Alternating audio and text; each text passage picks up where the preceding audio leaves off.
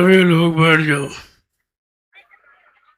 तो कोई इन बच्चों को बड़ी सावधानी के साथ सुनो।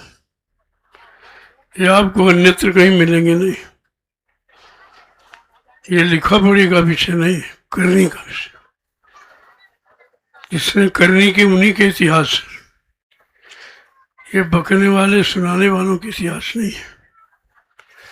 जिन्होंने देश समाज के लिए कुछ किया उनके नाम सदैव अमर रहते हैं, वो कभी मिटते नहीं। चाहे जितनी कोई कोशिश करे उन पर कोई छाप भी नहीं लगा सकता, क्योंकि वो निस्वार्थी होते हैं। उनका कोई अपना निजी स्वार्थ नहीं होता, वो समाज के लिए, देश के लिए, संपूर्ण इंसानों के लिए अपना सर्वस्व न्यौछावर कर देते हैं। उन्हीं के इतिहास में नहीं, बाकी किसी के नहीं। बड़े बड़े राजे महाराजे धनी महनी आए, लेकिन उनको कोई नहीं याद करता। लेकिन वीरों को, शहीदों को, त्यागियों को, तपस्वियों को, शाकाहारी सदाचारी ब्रह्मचारियों को हमेशा लोग याद करते। इनकी यादगारें अमर रहती हैं और इन्हीं की याद हमेशा मानव को अच्छी दिशा देती है, अच्छे रास्ते पर चलने की प्रेरणा देती है। लेकिन जब उनका अनुसरण करोगे, अपने जीवन में उतारोगे, तब उसका पूरा लाभ आपको मिलेगा। इसलिए संतों की महिमा बड़ी अपार है, अकथनीय है, अवर्णनीय है, अनवचनीय। ये वर्णन का विषय नहीं है, अनुभव का विषय। इसीलिए लोग उनको याद करते हैं, लेकिन उनकी बनाए रास्ते पे चल नहीं पाते। अगर चल जाए तो काम हो जाएगा। कहने से, सुनाने से तो काम नहीं होगा, काम तो करने से होगा। उन्होंने जो किया वो सबके हित में किया था। उनका किसी एक देश, एक धर्म, एक जाति के प्रति उनका सिद्धांत नहीं होता। वो सर्वदेशी है, सारे देश का होता है। संत महापुरुष, वीर पुरुष सहित सारे देश का होता है। वो किसी एक के लिए आते हैं, न एक के लिए सीमित व्यवस्था में काम करते हैं। आज यही चित्र लोगों के सामने है, लेकिन अब बेचारे समझ नहीं पाते। कहते तो हैं, उनकी चर्चा भी करते हैं, लेकिन उनकी नीतियों पर चलना बड़ा कठिन है। वो है त्याग की मूर्ति। उनमें कोई स्वार्थ, लोभ, लालच नहीं था और अपने आप को देश समाज के लिए कुर्बान कर दिया।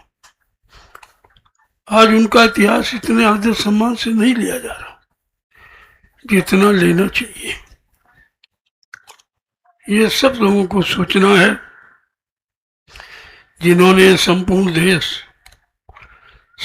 देश में रहने वाले लोगों के लिए अपनी जान की कुर्बानी कर दी। वही तो याद करने योग्य है। ऐसे तो धनी मानी बहुत आए, राजे महाराजे बादशाह है, लेकिन उनको कोई याद नहीं करता, कोई नहीं याद करता। याद इंसान की करनी को किया जाता, कि उसने अपने जीवन में क्या किया और किसके लिए किया। अपने लिए किया कि सबके लिए किया। इसी बात को अगर समझ लो तो बहुत जल्दी अच्छे काम की शुरुआत हो जाएगी। और यह समझना आपके लिए कठिन है। जब किसी चीज को कहते हो या किसी महापुरुष की चर्चा करते हो, अपना स्वार्थ आप पहले आगे रखते। ये कभी अपने स्वार्थ को करने से उनका काम नहीं होगा, क्योंकि वो परमार्थी, वो अपने लिए नहीं आए थे, न अपने सुख समृद्धि के लिए उन्होंने कुछ किया। उन्हें देश में रहने वाले सारे वर्गों के लोगों के लिए, उनके पास कोई जात पाती नहीं, कोई भेदभाव नहीं था। छोटे का, बड़े का, गरीब का, अमीर का, पढ़े लिखे अनपढ़ का, हिंदू मुसलमान का, उनके यहाँ कोई भेद नहीं था। और सब लोग मिलकर जाति मत से ऊपर उठकर देश का काम किया। आज उसके उनके नाम कोई बिरले ही लेते, क्योंकि वो किसी के बस की बात नहीं। हाँ, संत महात्मा तो बराबर बताते कि जो शक्तियां आई हैं वो काम करके ही जाती, उनको ऐसे कोई भेज नहीं सकता, क्योंकि अपनी इच्छा से आते और अपनी इच्छा से काम करके जाते। ये तो उनका इतिहास अमर है। अब धीरे धीरे अगर इस चीज को समझने लगो और सब लोग एकता, आध्यात्मिकता, धार्मिकता के सूत्र बंधन में बंध जाओ, तो कौन सा ऐसा काम है जो असंभव है। लेकिन आप ये करोगे नहीं, तुम्हारे में विघटन है, संगठन की भावना नहीं, विघटन की, एक दूसरे की निंदा, आलोचना, बुराई। क्या ऐसे कभी बुराई करने वाले का भला या उसने कभी देश समाज का भला कर पाया? इतना तो विचार आपको रखना ही। कर बुरा तो हो बुरा, कर भला तो हो भला, ये सिद्धांत है और इस पर हमें आपको चलना है। धीरे धीरे धीरे धीरे जब चलने लगोगे, कितनी दूर मंजिल क्यों ना हो, एक न एक दिन वो मंजिल तुम्हारे कदमों के नीचे आ जाएगी। लेकिन जब विश्वास के साथ चलो, किसी तरह कोई शंका नहीं, कोई संदेह नहीं, कोई भूल भ्रम नहीं है, और जहां शंका आई तो सर्वनाश कर दी। शंका में रावण की लंका चली गई। उसने शंका क्या किया? कहा ये राम नाम भगवान का नाम नहीं और ये राम भी भगवान नहीं। बस इसी शंका में लंका चली। लोग कहाँ समझ पाते, केवल नाम लेते हैं, चर्चा करते हैं, लेकिन उस पर चलने की उनके अंदर सर्व शक्ति नहीं है, सख्त सामर्थ्य नहीं है। और यही कारण है कि आप कुछ कर नहीं पा रहे हो। अगर सच्चे ईमानदार चरित्रवान बनकर किसी काम को करोगे, सफलता तुम्हारे चरण चूमेगी। लेकिन करो तो कम से कम, कहने से नहीं। सुना ओ भाई कहना है, निंदा आलोचना बुराई कर, इसकी बुराई उसकी बुराई, इससे क्या मिलेगा? गंदगी को इकट्ठा करने वाला क्या कभी खुशबू की एहसास कर सकता है? ये भी तो विचार किया करो। इसलिए महापुरुषों ने तो कहा, ना किसी की निंदा करना और न सुनना, ये दोनों खराब है। सुनोगे तब भी तुम्हारा मन खराब, करो भी तब भी तुम्हारा तन मन दोनों खराब हो, तो इससे कोई लाभ तो है नहीं। और कहा कम खाओ। कम खाने का मतलब जितना हजम कर सको, तो शरीर भी स्वस्थ रहेगा और किसी चीज का दुरुपयोग भी नहीं होगा। और गम खाओ यानी बर्दाश्त करो। यह सबसे बड़ा अस्त्र है। समय स्थित परिस्थिति हुए देखकर आप बर्दाश्त करना सीखे तो काम आपका बन जाएगा। बर्दाश्त एक सबसे बड़ी शक्ति है, जिसके आगे सब झुक जाते हैं। लेकिन आप बर्दाश्त करते नहीं हो। वो एक गाली दे रहा, तुम 4 देने की कोशिश कर। जब एक गाली तुमको खराब लगी, 4 दोगे तो क्या उसको अच्छे लगेगी? तुम 4 गुना खराब हो गए। यही जानकारी अगर हो जाए तो देश समाज में किसी देश की कमी नहीं। भाई पहले जैसा तो नहीं है कि देश में किसी को भगाना है, कोई विदेशी है, मतलब ऐसा तो कुछ नहीं है, तो सब स्वदेशी हो। अब प्रश्न भगाने का नहीं है, प्रश्न है एकता, आध्यात्मिकता का पाठ पढ़ाने का। अगर ये पाठ आपने पढ़ा लिया और पढ़ लिया तो फिर तुम्हें कोई हरा नहीं सकता, तुम्हारी विजय अनमान हो जाती। लेकिन आप ये करते नहीं। दूसरों को निंदा बुराई करके तुम अच्छे बनना चाहते हो। क्या ऐसा कोई नियम है? अरे कम से कम विचार भी तो करो। कि बुराई करने वाला उसके पास बुराई ही रह जाती। तो इसलिए निंदा बुराई इससे बचने की जरूरत है। अगर बच गए तो मानव जीवन आपका शांतिपूर्ण ढंग से निकलेगा, फिर अशांति क्रांति भ्रांति नहीं रह जाएगी। अगर नहीं करोगे तो आगे समय खराब आ रहा। मैं 1980 से बराबर कह रहा था, बहुत समय खराब। कितने पहले से जानकारी महात्मा देती, ताकि आप समय पर यह न कहें कि आपने पहले क्यों नहीं बताया। इसलिए बहुत पहले से जानकारी प्रारंभ करते हैं और धीरे धीरे धीरे धीरे अगर लोग उस जानकारी का अनुसरण अनुकरण करें तो फिर कोई चीज उनके लिए असंभव नहीं है। वैसे संतों के यहाँ संभव शब्द बना ही नहीं। अब संत की बात लोग समझ नहीं पाते, योगियों की बात समझ नहीं पाते, महात्माओं की बात समझ नहीं पाते। जैसे चर्चा इस समय नेताजी सुभाष चंद्र बोस की, क्या कोई उनके बारे में कुछ जानता सच्चाई?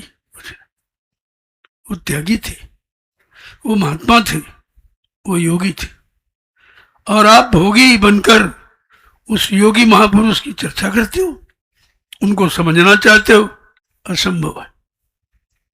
वो तो महात्माओं गुरुओं का विषय, वो जानते हैं इनका काम कैसे होगा, कब होगा, वो कब आएंगे, कब अपना काम शुरू करेंगे, ये तो आपको मालूम है नहीं।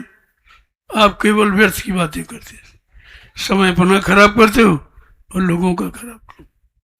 इंतजारी करना सीखो। इंतजारी इस समय का इतिहास बनाता है, और तुम्हारे में इंतजारी है नहीं। तमाम तरह की व्यर्थ की चर्चाएं बिना देखे की, बिना सोचे, बिना समझे, बिना देखे। क्या बगैर देखे किसी काम की सत्यता बता सकते हो? देखे भिन्न होए प्रतीति, बिन प्रतीत होए नहीं प्रीति। बिना देखे किसी से प्रेम विश्वास होता ही नहीं, और तुमने किसी को देखा नहीं, सुनी सुनाई बातें आप करते हो, जिन्होंने सुनाते हो उन्होंने भी नहीं देखा। अगर ये प्रश्न किया था भाई वो देखने वाला कौन है, तो यही निकलेगा ये देखने वाले नहीं थे, सुनने वाले लोग। एक दूसरे से सुना और आगे सुनाने लगे। ये सुनाने की बात कितनी तेजी से बढ़ गई। देखने वाला तो कोई बिरला ही, उस समय का कोई मौजूद नहीं। इतना समय, इतनी उम्र निकल गई है कि उनको समझना बहुत कठिन। वो तो संत महात्मा ही जानते हैं, इनकी कोई उम्र नहीं होती। अपनी इच्छा से आते हैं और काम कर अपनी इच्छा से जाते हैं, वो आपको बताएंगे। आपसे कहा भी था कि सारी शक्तियां मौजूद कहीं गई नहीं, लेकिन तुम कहो कि ले आओगे, ले आओ, तुम कैसे ले आओगे? अगर वो आ जाए कह दे हम भी फला है तो क्या मान लोगे? तुमने देखे नहीं, तुमने देखा ही उनको नहीं। जिन्होंने देखा या देख रहे हैं निरंतर, उनसे मिल जाओगे, तुम्हारे सारे काम हो जाएंगे। लेकिन ये कोई करना नहीं चाहता, इसमें तौहीनी समझते, जबकि सच्चाई यही है। अरे भाई कहीं जाना चाहते हैं, रास्ता नहीं जानते, तो हम दसियों लोगों से पूछते हैं। इसमें तौहीनी की क्या बात? दसियों लोगों से पूछते, क्योंकि हमको अपने गंतव्य स्थान पर पहुंचना है। और जिनको पहुंचना भी नहीं है, कुछ करना भी नहीं, वो व्यर्थ की बातें किया करते। और इससे प्रेमियों कुछ होने वाला नहीं। लिख लीजिए आप, कुछ भी नहीं होगा। समय की मांग कुछ और है और तुम्हारी मांगे कुछ और है। जो समय कह रहा है वो तो आप सुन ही नहीं पा रहे, उसके सुनने के लिए कान चाहिए, उस दृश्य को देखने के लिए आंख चाहिए। है तो हमारे सबके पास, लेकिन वो बंद है, खुली नहीं। पहले तो जैसे दोनों आंखें खराब हो जाए तो किसी वैद्य डॉक्टर हकीम की तलाश करते हो आप, कि कोई मिल जाए जानकार हमारी आंख ठीक कर दे। क्या कभी आपने अपनी आत्मा की दिव्य आंख और दिव्य कान जो मुद्दतों से बंद पड़े, का कभी इसके बारे में सोचा है या किसी की तलाश खोज की है? किसका जानकार कौन? जबकि रामचरितमानस कहती है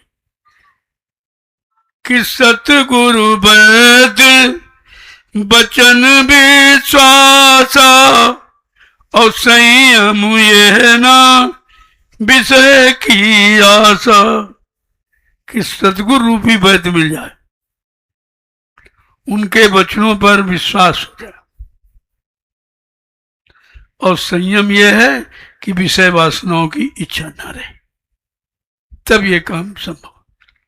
और ये काम तुम्हारे बस का है नहीं, तुम तो विषय वासनाओं में डूबे पड़े हो, हमेशा उन्हीं की इच्छा बनाए रखते हो और उन्हीं के लिए निरंतर प्रयत्नशील रहते हो, तो कैसे लागू होगा? आगे और भी कहा कि करण धार सतगुरु दृढ़ नावा और दुर्लभ काज सुलभ करी पावा। जिसने अपने जीवन का मार्गदर्शक, पथ प्रदर्शक, डायरेक्टर सतगुरु को बनाया। सतगुरु माने सत्य की जानकारी रखने वाला। ये कोई दाढ़ी बाल कपड़े लड़ते हुए नहीं आता, जिसको सबकी जानकारी, हर तरफ की, चाहे राजनीति हो, चाहे धर्म नीति हो, समाज नीति हो, प्रेम नीति हो, रक्षा नीति, सबकी जानकारी उसे सतगुरु कहते। जिन्होंने अपने जीवन का कर्णधार, मार्गदर्शक, पथ प्रदर्शक सतगुरु को बनाया है, उनके लिए कोई चीज असंभव नहीं। और ये आपने किया नहीं, इसलिए अहंकार बस, झूठा अहंकार गरुड़ गुमान भरे घूम रहे, और उससे कुछ भी नहीं होना, कुछ भी नहीं। जब आया अहंकार किया करे सब बेकार। ये तो ऐसा जहर है, सबको नष्ट कर देता। इसलिए जिसे काम करना है, जिसे आगे बढ़ना है देश समाज के लिए, वो अहंकार नहीं करता। उनकी वाणी में कितनी मृदुलता, कितनी मिठास, कि लोगों को अपने ओर आकर्षित करे। और तुम्हारे में कड़वाहट है, इसकी निंदा, उसकी बुराई, उसके साथ ही व्यवहार में व्यवहार। ये जब आप करोगे तुम अच्छे कैसे कहोगे? बुरा करके तुम अपने आप को अच्छा कहलाना चाहते हो, ये तो कहीं है ही नहीं, लेकिन कर तुम यही रहे हो। कितना बताया जा रहा नहीं। महात्मा गांधी का इतिहास, जब कोई एक थप्पड़ मारता दूसरा गाल कर देता। क्या हमारे यहाँ में से है कोई ऐसा? इतनी बर्दाश्त क्षमता किसी में है नहीं। तब उनको राष्ट्रपिता कहा जा रहा, ऐसे नहीं कहा जा रहा। जिन्होंने बर्दाश्त करना सीखा, उनके इतिहास तो बिल्कुल अनोखे हैं, और वो सबका होता है, सर्वदेशी सर्वहितैषी, सारे देश का होता है और सबका हित भला करने वाला होता। लेकिन इस पर आप चलोगे नहीं।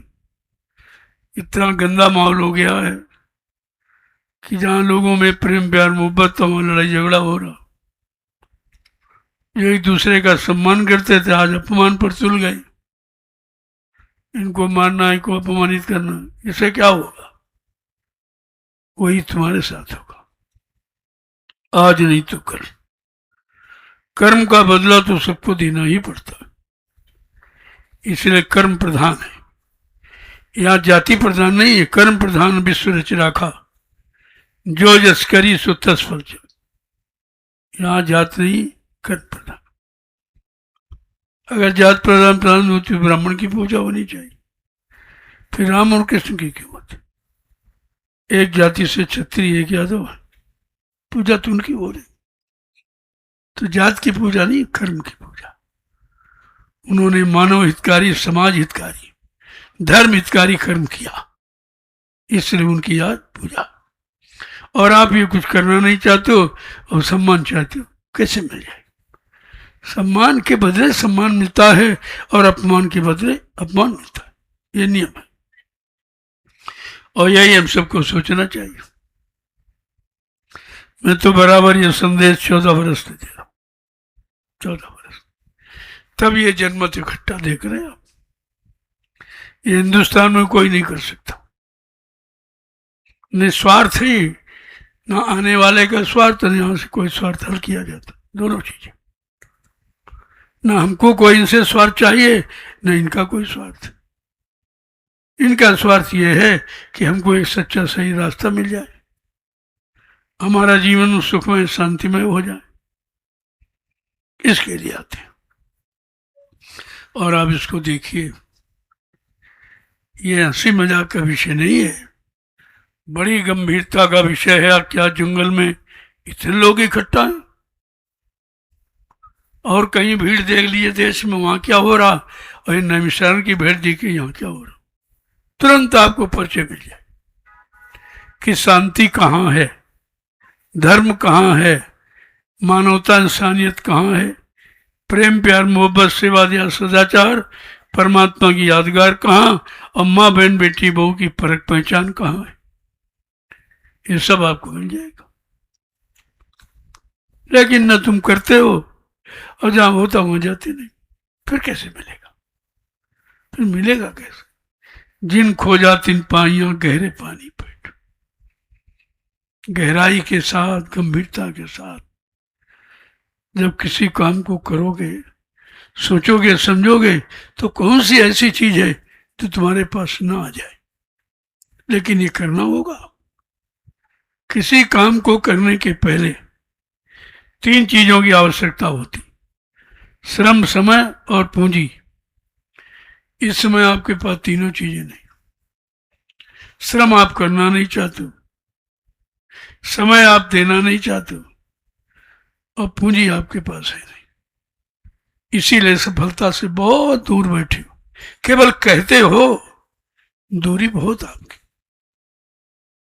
और मैं बार बार इशारा करता हूं, अगर सफलता चाहते हो तो इन चीजों को अपनाना पड़ेगा आपको। बगैर इसके सफलता नहीं मिलेगी। कितनी आप कोशिश कर लो, क्या लोग कोशिश कम करते हैं? और क्या सफलता मिली है? इस सफलता ने घोर असफलता की तरफ ढकेल दिया इनको, असफल हो गए। क्योंकि सफलता पाने का तरीका नहीं था, ये जबरदस्ती का था। तो चीज तो सामने आके खड़ी हो जाती। देखो, सत्य कभी छिपता नहीं। देर हो सकती है लेकिन अंधेर नहीं हो सकती। एक न एक दिन वो आपके सामने आके खड़ा हो जाए। इसीलिए महापुरुषों कहा कि सत्य को कोई पराजित नहीं कर सकता, कभी पराजित नहीं होता। लोगों को पराजय का मुंह दिखा देता है, लेकिन स्वयं पराजित नहीं होता। जब ये सब जानकारी आपके पास है, तो आप पराजय का मुंह बार बार क्यों देख रहे? सफलता की तरफ क्यों नहीं जा पा रहे हो? क्योंकि आप में पारस्परिक प्रेम नहीं है, ईर्षा भाव है। एक दूसरे को अपमानित करना, उनको गिराना, नीचा दिखाना, ये प्रवृत्ति कभी सफलता की तरफ नहीं ले जाती। और ये समय बहुत आहत है सबके अंदर। जब पूछो, कहते नहीं नहीं इसकी जरूरत है। तुमने जरूरत हो तभी तो उसको लिए बैठे हो। क्या तुम्हारी जरूरतें इससे पूरी हो जाएंगी? अगर हो जाती तो करके दिखा दीजिए आप। मैं तो भैया कह रहा हूं, कोई कर दे, हमसे जो चाहो सहयोग ले ले। मैं तो कभी नहीं कहता हूं, लेकिन करे कोई। हम जानते हैं करने का भाव तुम्हारे पास नहीं है, केवल कोरी कल्पना और झूठा सम्मान पाने की भावना है। इसलिए आप सच्चाई से बहुत दूर जा रहे हो। अब भी समय है, वापस लौट आओ। अभी कुछ मिल सकता है, लेकिन पूर्णतया जब ध्वस्त हो जाएगा, फिर आपको कहीं कुछ मिलने वाला नहीं। इसीलिए समय पर संत महात्माओं ने इशारा किया। उनका काम है, वो अपने लिए नहीं समझाते, वो तुम्हारे सुख शांति के लिए समझाते। अगर सम्मान चाहते हो तो सम्मान करना सीखो, सम्मान के बदले सम्मान मिलता है और अपमान करने के बदले अपमान मिलता है। तो नियम है, कर बुरा तो हो बुरा, कर भला तो हो भला। लेकिन कहाँ इस बात को आप मान पाते हो? तुम नहीं मानते हो लोगों को मनाने से, मनाने के लिए विवश करते हो, हमारी बात मान लो, हमारी बात सुन लो, हमारे पास आ जाओ। अरे तुम तो किसी के पास जाते नहीं, तुम तो किसी की बात सुनना नहीं चाहते, तुम्हारी कौन सुन लेगा? ये सब चीजें हैं जानकारी, और जानकारी का नाम है सत्संग, सत्य का संग। सत्संग कोई गाना बजाना, कोई मनोरंजन, कोई भाषण प्रवचन, तो बार बार कहता हूं नहीं। सत्य की जानकारी जिस दिन हो जाएगी उस दिन तुम्हारे सारे काम बन जाएंगे। और ये जानकारी करना इतना आसान नहीं। उन सच्चित आनंद पाने वाले संत महात्माओं की तलाश करो, वो मिल जाएंगे, आपको एहसास करा देंगे। लेकिन तुम उनको चाहने की इच्छा नहीं, बात तो उनकी करते हो, चर्चा उनकी करते हो, लेकिन लाभ स्वयं पाना चाहते हो। ऐसा नहीं है, ये कमी है। जिनका इतिहास पढ़ते हो या बताते हो, उन्होंने अपने लिए कुछ नहीं किया, जो किया था समाज देश राष्ट्र के लिए, उसके लिए किया। हम लोग उनकी चर्चा करते कि अपना स्वार्थ जरूर जोड़ लेते पहले, यही कमी है। तभी तुम्हारा संकल्प पूरा नहीं होता, क्योंकि वो मैंने किया है तब बता रहा हूं, ऐसे नहीं। मैं सुनी सुनाई पढ़ी पढ़ाई बात नहीं करता हूं। जब 28 मई 2012 को मैंने अभियान ये चलाया अकेले, मेरे पास एक भी आदमी नहीं था, जो आते थे वो भी हट जाते थे, ये समझ कर इनके पास तो कोई है ही नहीं, ये कैसे कर पाएंगे। लेकिन संकल्प बड़ा प्रबल होता है, संकल्प। तो लोग लगे फिर हटे, फिर लगे हटे। 3 बरस तो मैं ऐसे ही घूमता रहा, एक भी आदमी ने साथ देने का वादा नहीं किया। जुड़ते रहे, हटते रहे, जुड़ते रहे, हटते रहे। धीरे धीरे धीरे धीरे मैं अपने काम में लगा रहा, क्योंकि मुझे विश्वास था कि गुरु ने जो कहा है वो सत्य, उनके वचन कभी झूठ हो ही नहीं सकते। मृषा न होए देव ऋषि वाणी, जब देवताओं ऋषि की बात झूठ नहीं होती तो संतों के वचन कैसे झूठ हो जाए? आज नहीं तो कल देर हो सकती, लेकिन अंधेर नहीं हो सकती। मैंने इस सिद्धांत को पकड़कर चलना बंद नहीं किया, चलता रहा, चलता रहा, चलता रहा। 14 वर्ष के बाद ये आज फुलवाड़ी आप देख रहे हो, ये तब तैयार हुई। इतना त्याग, इतना इंतजार जब तुम्हारे में होगा तब आप कुछ करके दिखा सकते हो, ऐसे नहीं। हमसे भी लोग कहते थे, अरे तुम्हारे पास क्या है, तुम क्या कर सकते हो, एक आदमी भी तुम्हारे पास नहीं है। हमने हाँ, ये बात तो सही है नहीं, लेकिन हो सकते ऐसा असंभव भी नहीं है। जब सच्ची अच्छी बात लोगों की समझ में आने लगेगी तो कौन ऐसा व्यक्ति है जो सच्चाई को न पकड़े। अब उनको उन पर विश्वास दिलाने की जरूरत है। कितने समय के बाद इनमें विश्वास होगा? तो मैंने समय का इंतजार किया, एक दिन नहीं 14 वर्ष, तब ये समाज आज आप देख रहे। लोग कहते थे बाबा जी धार्मिक स्थलों पर कार्यक्रम करते इसलिए भीड़ हो जाती। कोई कह रहा धार्मिक बड़ी नदियों तीर्थों में करते वहां भीड़ हो जाती। मैंने कहा अच्छा, मैंने देखो जंगल में दिखा दिया, जंगल में कोई यातायात की विशेष व्यवस्था नहीं, कोई शहर कस्बा पास नहीं, बाजार नहीं, लेकिन भीड़ आप देखिए जो हिंदुस्तान में कहीं नहीं मिलेगी। यह शांतप्रिय ढंग की भीड़ है, यह तोड़ फोड़ आंदोलन, धरना, घेराव, ये लोगों को अपमानित करने वाली भीड़ नहीं है। इसी पर आपको विचार करना चाहिए कि हिंदुस्तान में जहां जहां भीड़ें हो रही उन भीड़ों को देखो और नैमिषारण की पावन पवित्र भूमि पर ये भीड़ है, गोतपूर्ण पूर्व भुजा पर, आप इसको देख लीजिए, अनुमान आपको लग जाएगा, समझ में आ जाएगा। ये तो सामने हो रहा, मैं किराए के कोई आदमी नहीं ले आया, ना मैं कोई रुपया पैसा कोई डीजल पेट्रोल बांटा हूं, अपनी गाड़ी कमाई खर्च करके ये आए हुए हैं। अब सरकार को चाहिए इनसे पूछे, भाई आप क्यों आए हो जंगल में।